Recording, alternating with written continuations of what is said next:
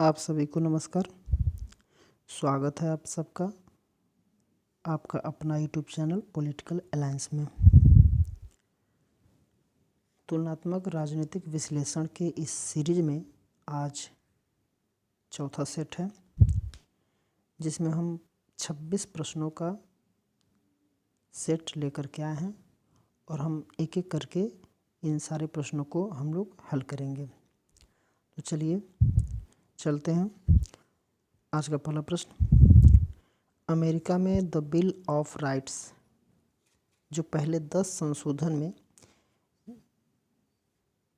अन्य बातों के साथ निम्नलिखित में से कौन से सम्मिलित हैं? इसमें दिया है ए सभा करने का अधिकार, शस्त्र वहन करने का अधिकार, शीघ्र सुनवाई का अधिकार, अनुपयुक्त तफ्तीश के विरुद्ध सुरक्षा का अधिकार। और बी है शस्त्र वहन करने का अधिकार, वाक स्वतंत्रता का अधिकार, समानता का अधिकार, सामाजिक सुरक्षा भत्ते का अधिकार। और सी है सुरक्षा का अधिकार, जीवन का अधिकार, सभा करने का अधिकार, सामाजिक सुरक्षा भत्ते का अधिकार। डी है सभा करने का अधिकार, शस्त्र वहन करने का अधिकार, शीघ्र सुनवाई का अधिकार और सामाजिक सुरक्षा भत्ते का अधिकार। तो इसमें से देखा जाए तो पूरे सभी में से जो है पहला जो है सभा करने का अधिकार और शस्त्र वहन करने का अधिकार और शीघ्र सुनवाई का अधिकार और अनुपयुक्त तफ्तीश के विरुद्ध सुरक्षा का अधिकार। तो ये जो ये है ये हमारा ये इसका प्रश्न का राइट आंसर हो जाएगा। नेक्स्ट है जो कूट में दिया गया है ये प्रश्न, तो देखते हैं। निम्नलिखित में से कौन से कथन सही है? अमेरिकन सीनेट में राजस्व विधेयक में संशोधन करने की शक्ति। और दूसरा कथन है कि हाउस ऑफ रिप्रेजेंटेटिव्स में राजस्व विधेयक प्रस्तुत करने की विशिष्ट शक्तियाँ। और बी है तीसरा कथन है कि ब्रिटेन में कार्यपालिका तथा विधायी संबंध शक्तियों के प्रसार पर आधारित है। और पांचवा जो कथन चौथा जो कथन है अमेरिकन राष्ट्रपति हाउस ऑफ रिप्रेजेंटेटिव्स को भंग कर सकता है।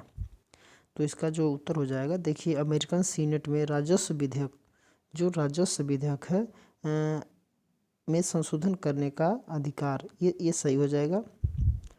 और हाउस ऑफ रिप्रेजेंटेटिव्स में राजस्व विधेयक प्रस्तुत करने की विशिष्ट शक्ति, इसकी विशिष्ट शक्तियाँ भी है, तो पहला सही हो जाएगा और दूसरा सही हो जाएगा। तो देखा जाए ऑप्शन में तो पहला और दूसरा ये ऑप्शन नंबर जो ए है ये इसका राइट आंसर हो जाएगा। नेक्स्ट है निम्नलिखित में से किसने लोकतांत्रिक संस्कृत का स्लीपिंग डॉग्स सिद्धांत दिया? देखिए ये लोकतांत्रिक संस्कृत का स्लीपिंग डॉग्स सिद्धांत दिया है ये लुसियन पाई और रॉबर्ट ई वर्ड। बी है जेम्स एस कोलमैन और मायरन वीनर। और सी है जेम्स सी चार्ल्सवर्थ और एफ डब्ल्यू रिक्स। और डी है आमंड और वर्बा। तो इसका जो राइट आंसर हो जाएगा आमंड और वर्बा, इसका राइट आंसर। नेक्स्ट है आमंड की राजनीतिक व्यवस्था की विशेषताओं के संबंध में निम्नलिखित कथनों पर विचार करिए। तो यहाँ पे पहला कथन है सभी राजनीतिक व्यवस्थाओं की राजनीतिक संरचनाएं होती है और सभी राजनीतिक व्यवस्थाएं समान प्रकार नहीं रखती। सभी राजनीतिक व्यवस्थाएं बहुप्रक्रियात्मक नहीं है। तो देखिए यहाँ पे 3 में जो है ये पहला जो है सभी राजनीतिक व्यवस्थाओं की राजनीतिक संरचनाएं होती हैं, तो ये बिल्कुल सही है, ये सही है। और सभी राजनीतिक व्यवस्थाएं समान प्रकार की नहीं करती, ये नहीं है। और सभी राजनीतिक व्यवस्थाएं बहुप्रक्रियात्मक नहीं है, तो ये भी नहीं है। और देखते हैं लास्ट जो कथन है चौथा कि सभी राजनीतिक व्यवस्थाएं सांस्कृतिक मायने में मिश्रित व्यवस्थाएं हैं। बिल्कुल सही है, ये मिश्रित व्यवस्थाएं सभी चीज़ होती है। तो इसका जो उत्तर हो जाएगा ऑप्शन नंबर ए, उसका ए सही है और 4 सही है, तो इसका उत्तर हो जाएगा option number C. Option number C is the right answer. Next है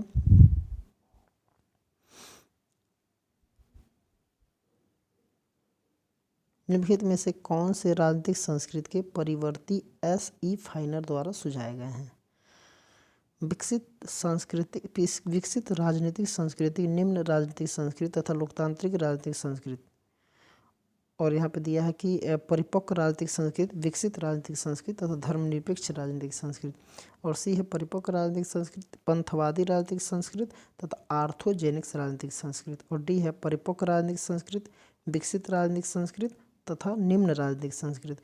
तो इसका जो राइट आंसर हो जाएगा वो हो जाएगा, देखिए परिपक्व राजनीतिक संस्कृति यहाँ पे दिया है, विकसित राजनीतिक संस्कृति और निम्न राजनीतिक संस्कृति, ये उसका राइट आंसर हो जाएगा, ऑप्शन नंबर डी। नेक्स्ट है सूची से संबंधित प्रश्न है ये। देखिए जो सूची 1 है इसमें प्रतिपादक हैं और सूची 2 में जो है वो उस प्रतिपादकों का ये अवधारणा से संबंधित है, तो इनको मिलान करना है।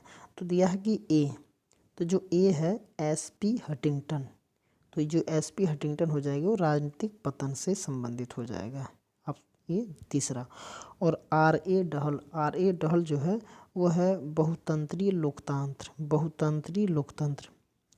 केनेथ बाउल्डिंग है, जो केनेथ बाउल्डिंग, तो इनका हो जाएगा राजनीतिक अनुरूपण। और फार्नेडो H. कार्डोसो जो है वो संबंधित विकास से संबंधित है। तो 1 का 3, फिर B का 4, फिर 2, फिर 1, तो इसका जो राइट आंसर बनेगा वो हो जाएगा ऑप्शन डी। नहीं, इसका हो जाएगा बी, ऑप्शन जो हो जाएगा इसका बी। देखिए ऑप्शन नंबर बी इसका राइट आंसर। देखिए कथन से संबंधित प्रश्न है, तो कथन ए दिया है और आर है दिया है इसका तर्क। तो देखें अभिकथन जो दिया है, आजकल अधिकांश विधायिकाएं कानून नहीं बनाती बल्कि कानूनों का औपचारिक रूप में अनुमोदन करती है। और आर है विधायिका राज्य का विधि निर्मात्री निकाय है, बिल्कुल सही है। तो ये दोनों सही है और इसका सही व्याख्या भी करता है, तो इसका जो हो जाएगा option number A is the right answer, इसका हो जाएगा, यानी कि आर ए दोनों सही है और इसका सही व्याख्या भी करता है। अगला प्रश्न है कि मैकुलोच बनाम मैरीलैंड वाद के निर्णय में अमेरिकी उच्चतम न्यायालय ने पहली बार किस सिद्धांत की स्थापना की थी? देखिए बराबर देखें कि मैकुलोच बनाम मैरीलैंड वाद के निर्णय में अमेरिकन उच्चतम न्यायालय ने पहली बार किस सिद्धांत की स्थापना की थी? तो ए है राज्यों के बीच समानता, और बी है राज्यों पर संघीय शासन की उत्कृष्टता, और सी है संघीय शासन पर राज्यों की उत्कृष्टता, और डी है संघीय शासन और राज्यों के बीच समानता। तो जो इसका राइट आंसर हो जाएगा वो राज्यों पर संघीय शासन की उत्कृष्टता, ऑप्शन नंबर बी इसका राइट आंसर हो जाएगा। नेक्स्ट है निम्नलिखित में से किस देश में कोई व्यक्ति लोक सेवा में लगभग किसी भी स्तर पर और लगभग किसी भी आयु में प्रविष्ट हो सकता है? पहला है भारत, बी है फ्रांस, सी है संयुक्त राज्य अमेरिका और डी है यूनाइटेड किंगडम। तो इसका जो उत्तर हो जाएगा संयुक्त राज्य अमेरिका में। तो जो संयुक्त राज्य अमेरिका है इसमें जो है लोक सेवक किसी भी उम्र में आकर के भर्ती ले सकते हैं, संयुक्त राज्य अमेरिका में। नेक्स्ट है सूची से संबंधित प्रश्न है, तो देखते हैं।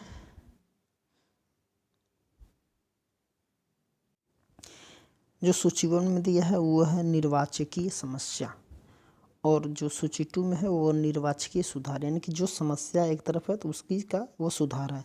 और ये कोट भाग में है तो इसको मिलान करना है, कौन किसके सामने या फिर कौन किससे मिल रहा है। तो ये है मतदाताओं का जाली पंजीकरण। मतदाताओं का जाली जो पंजीकरण है वो क्या है कि फोटो पहचान पत्र, इसे कहेंगे फोटो पहचान पत्र। चौथा, और मतगणना में देरी, तो मतगणना में जो देरी होता है इलेक्ट्रॉनिक वोटिंग मशीन, उसका सुधार क्या हुआ? Electronic voting machine. देखिए यहाँ पे जो ए है, मतदाताओं का जो जाली पंजीकरण होता था उसकी वजह से ये हुआ कि ये फोटो पहचान पत्र लाया जाएगा और जिसका फोटो पहचान पत्र जिसके पास रहेगा वही वोट देगा। यानी कि वोट डालने के लिए, वोट मत देने के लिए अपने साथ एक फ़ोटो पहचान पत्र लाना अनिवार्य है। यह है मतदाताओं का जालसाजी पंजीकरण की जो समस्या है उससे सुधार हुआ था। और यह है इलेक्ट्रॉनिक वोटिंग मशीन। तो यह मतगणना में जो देरी होती थी गिनते समय, इसलिए इलेक्ट्रॉनिक वोटिंग मशीन का प्रयोग किया गया, जिसकी वजह से अब मतगणना का जल्दी से निपटारा किया जा सके। और निर्वाचन के दौरान हिंसा, तो निर्वाचन के दौरान जो हिंसा होता था उसको उसके लिए क्या हुआ कि चरणबद्ध मतदान होने लगा। चरणबद्ध मतदान का मतलब 2, 3 चरण, 4 चरण या 5 चरणों में मतदान होता है।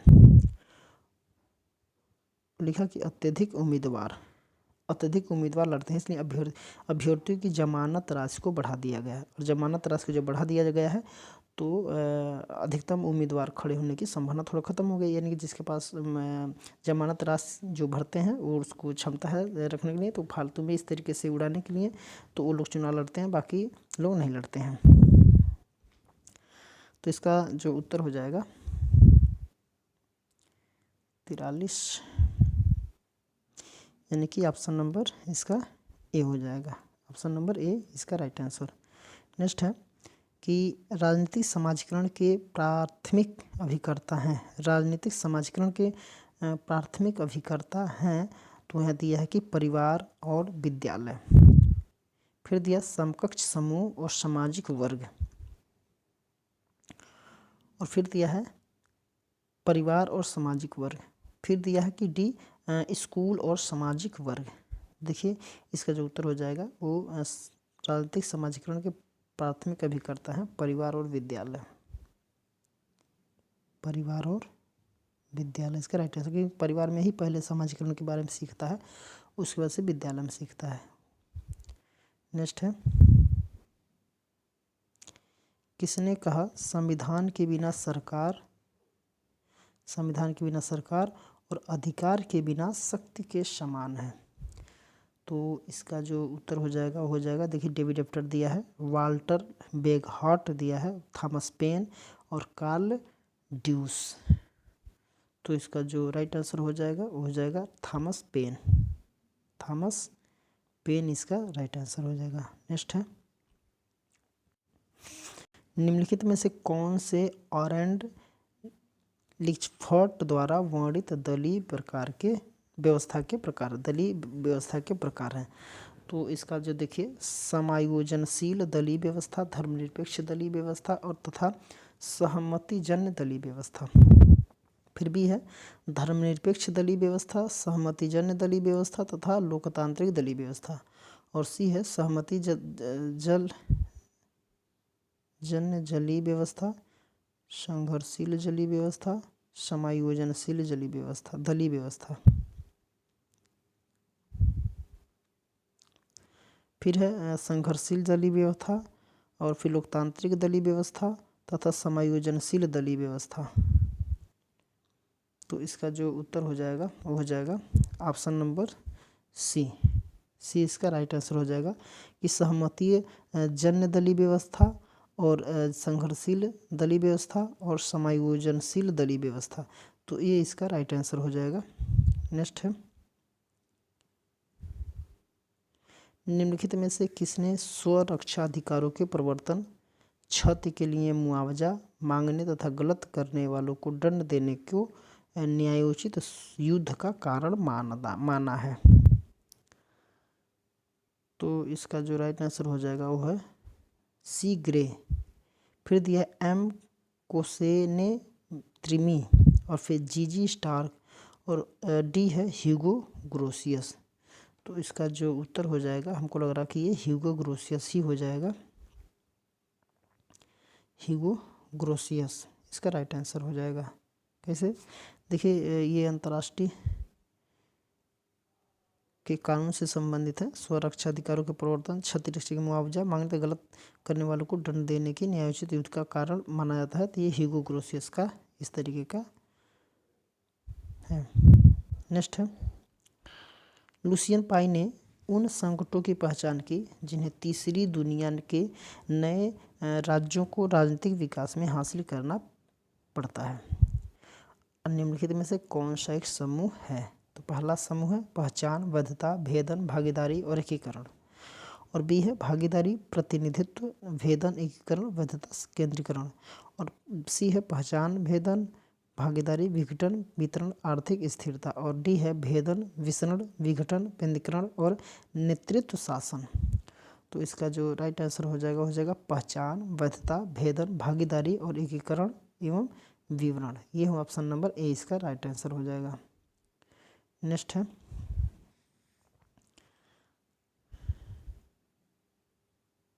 देखिए, इस प्रश्न में जो सूची 1 में जो दिया है पुस्तक का नाम दिया है ए बी सी के रूप में, और जो सूची 2 में दिया है वो लेखक का नाम दिया है 1, 2, 3 और 4 के सीरीज में या कॉलम में। तो आप देखिए ब्रिटिश पॉलिटिकल पार्टी, तो ब्रिटिश पॉलिटिकल पार्टी जो है रॉबर्ट मैकेंजी, ये लेखक है रॉबर्ट मैकेंजी।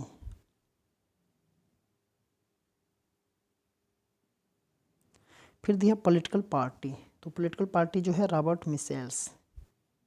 फिर एक comparative government and introduction, comparative government and introduction जो था वो है जीन ब्लॉन्डेल। और comparative politics the quest for theory, ये जेम्स ए बिल और रॉबर्ट। तो इसका जो राइट आंसर हो जाएगा 21-2-1, इसका 4-3। तो इसका राइट आंसर हो जाएगा जो वो ऑप्शन नंबर डी इसका राइट आंसर हो जाएगा। नेक्स्ट प्रश्न है देखिए यहाँ पे अगला प्रश्न है कि अभिजात के सिद्धांतों के संबंध में निम्नलिखित में से कौन सा से कथन सही है? तो कौन से कथन सही हैं? तो दिया है यहाँ 4 कथन दिए हैं। जेम्स बर्नहेम ने अभिजात्यों का परिचालन की अवधारणा का प्रतिपादन किया। तो यहाँ पर दिया जेम्स बर्नहेम ने अभिजात्यों का परिचालन की अवधारणा का प्रतिपादन किया था, जो कि बिल्कुल कौन सा एक कथन सही है? तो यहाँ पे ये कथन सही बिल्कुल नहीं है, ये गलत है। फिर दिया सी राइट मिल्स ने त्रिशासन दल सत्ता समूह में राजनीतिक, आर्थिक तथा प्रबंधकीय वर्ग शामिल हैं, तो ये भी एक तरीके से गलत है। और जी मोस्का ने अभिजात की व्यक्तिगत विशेषताओं पर बल दिया है, ये राइट है। और अभिजात सिद्धांत बहुलवाद का समर्थन करता है, बिल्कुल सही है। तो 3 और 4, तो 3 और 4 इसमें दिया है ऑप्शन नंबर बी, तो ऑप्शन नंबर बी इसका राइट आंसर हो जाएगा। नेक्स्ट है निम्नलिखित में से कौन सा देश अरब स्प्रिंग 2011 के पश्चात राजनीतिक हिंसा का साक्षी नहीं था? जो अरब स्प्रिंग जो चल रहा था घटना युद्ध 2011 के पश्चात राजनीतिक हिंसा का साक्षी नहीं था, तो वो कौन है? तो वो है मिस्र है, सऊदी अरब है, ट्यूनीशिया है और लीबिया है। तो इसका जो राइट आंसर हो जाएगा वो हो जाएगा सऊदी अरब। इस जो सऊदी अरब है ये अरब स्प्रिंग 2011 के पश्चात राजनीतिक हिंसा का साक्षी नहीं था। नेक्स्ट है सूची वाला प्रश्न फिर तो दिया है सूची 1 में राजनीतिक विकास का वर्णन दिया है, जो ए और बी के, सी और डी के रूप में है। और दूसरी तरफ जो सूची 2 है उसमें विद्वान है, तो इसमें 1, 2 और 3 और 4 विद्वानों के नाम है। तो इसको हम लोग हल करेंगे, देखेंगे। पहला राजनीतिक आधुनिकीकरण, तो राजनीतिक आधुनिकीकरण का मतलब है ये इसके विद्वान है ये एस.एम. लिप्सेट। देखिए लोकतंत्र का निर्माण, लोकतंत्र का निर्माण जो है जे. रोनाल्ड पिनॉक। राष्ट्र राज्य का प्रचलन, राष्ट्र राज्य का जो प्रचलन है वो एडवर्ड ए. सिल्स। और प्रशासन और विधायी विकास है जो टालकाट पार्सन्स। तो इसके हिसाब से जो हो जाएगा 2143।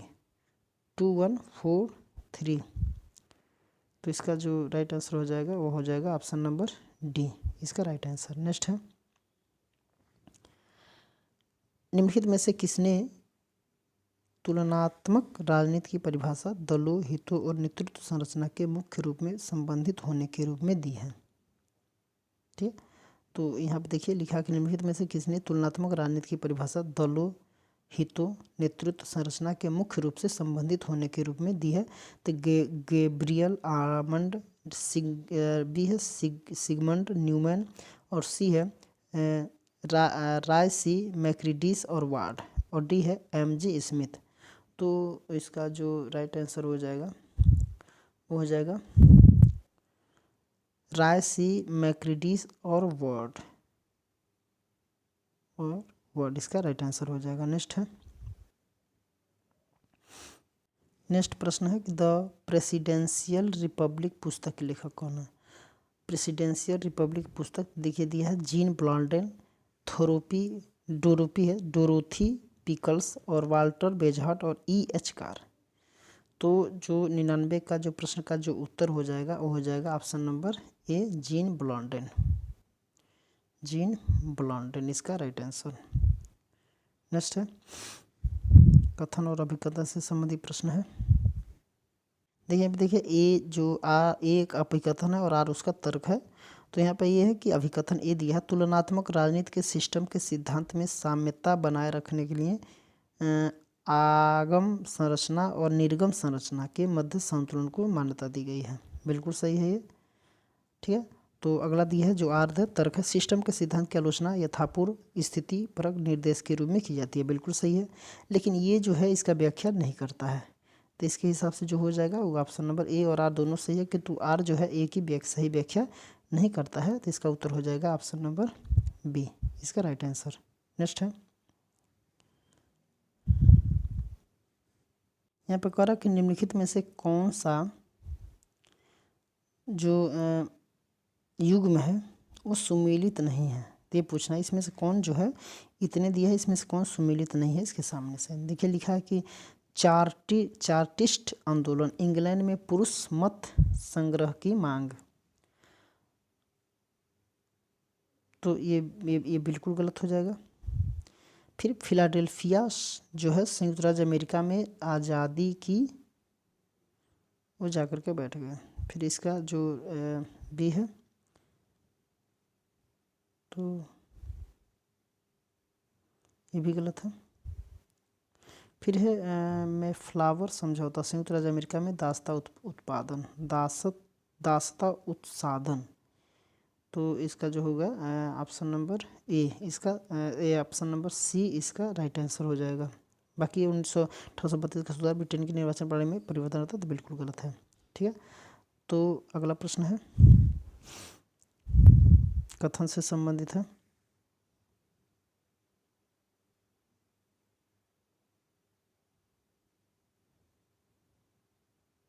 दिया कि अभिकथन और कथन दिया। तो अभिकथन ये है द्वितीय विश्व युद्ध के पश्चात बहुत से अमेरिकी एशियाई राष्ट्र स्वतंत्र हो गए। बिल्कुल सही है। द्वितीय विश्व युद्ध के बाद बहुत सारे एशियाई अफ्रीकी भी और एशियाई राष्ट्र क्या हुए स्वतंत्र हुए। बिल्कुल सही। आर्थिक विकास नहीं होने के कारण उनकी स्वतंत्रता यथार्थ परक होने के बजाय अधिक औपचारिकता की ओर प्रवृत्त हो गई। बिल्कुल सही है, लेकिन इसकी व्याख्या वगैरह तर्क नहीं देता है। तो इसके हिसाब से जो ऑप्शन हो जाएगा ऑप्शन नंबर इसका राइट आंसर बी हो जाएगा। नेक्स्ट अगला प्रश्न है निम्नलिखित में से कौन सा युग्म सुमेलित नहीं है। देखिए यहाँ पे कह रहा कि सुमेलित नहीं है, कौन सा है। और सब सामने सामने देखिए political continuity and change. Political continuity and change तो कौन सुमेलित नहीं। देखिए ये बिल्कुल सुमेलित है। आप पूछ रहा है कि सुमेलित नहीं उसी को चुनना है। Comparative politics today SP Huntington देखिए मिल गया, ये बिल्कुल मैच नहीं करता। और सी है the man on the horse back.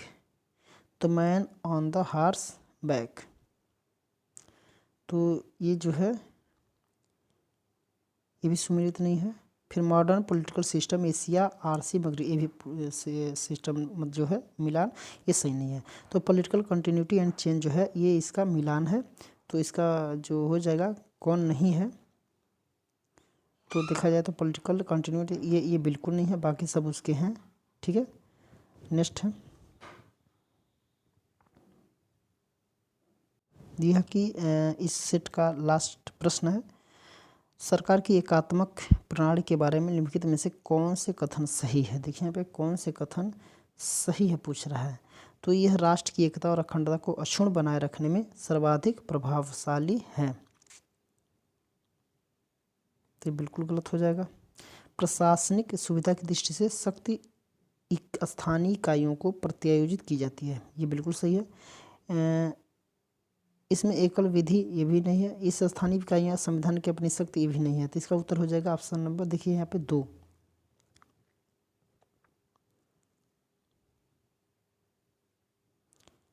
तो लेकिन यहाँ पे देखा जाए, देखिए यहाँ पे कह रहा है कि सरकार की एकात्मक प्रणाली के बारे में निम्नलिखित में से कौन से कथन सही है।